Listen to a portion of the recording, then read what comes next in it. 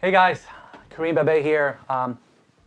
Quick follow-up on my last two videos on tariffs and Trump trade war. Let's get back to basics, defining what a real GDP of an economy is. Once in a while we kind of take things for granted, so we need to kind of have a refresher.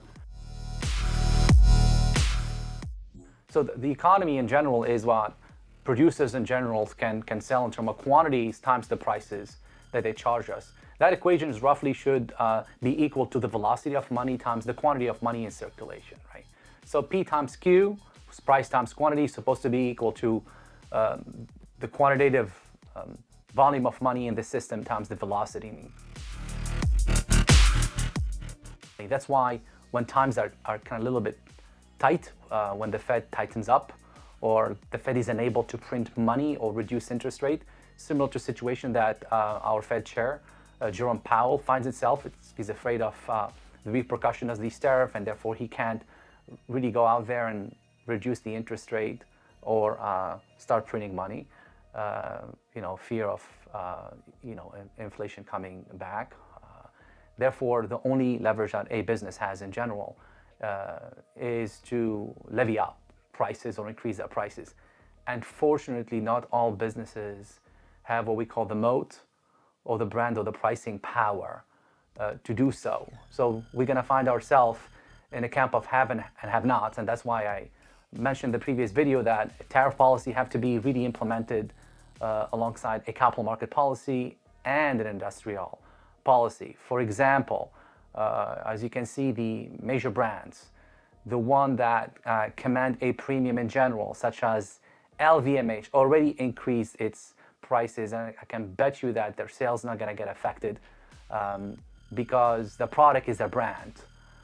Unfortunately, the rest of us, or the rest of the economy, operate in what we call the brandless product of a sort or low margin product, and they can't pass on the increases in cost to their consumers or to us. That's actually pretty alarming. That's why even if we are collecting tariffs, we have no counterbalance to the repercussion that we're going to have on the economy. I'm not saying tariffs are bad. I'm just saying that you have to weigh in. Is the money that you are collecting from these tariffs compensate for the slowdown of the economy? Is it a short-term or a medium-term effect? And what are you doing about the long-term effect? It's okay to take a hit, perhaps even though we're accustomed of not taking hits anymore. But if that comes with a plan of rebuilding the industrial base in specific industry that are deemed to be of strategic interest to the United States, then we have to be clear about it, and we have to have a roadmap. It doesn't seem that we have a roadmap. Hopefully we'll come up with one. But for now, you can see already the have and the have-nots. Companies with pricing powers, with a moat, with strong brand, they will increase the prices. Others will have to eat the costs, or they will have to increase the price and get the consequences of a reduced turnover, meaning the quantity will reduce, because if something is not as essential in your eyes, you'll probably buy less of it. So if the price increases, you can probably buy it, but you're going to buy less of it. So that's what we're finding ourselves into right now. Are we going to have a recession? Perhaps, especially that the Fed is not going to reduce the interest rate or start printing money for now. Eventually, we'll go back to money printing, unfortunately, but they're going to be subject to a different conversation.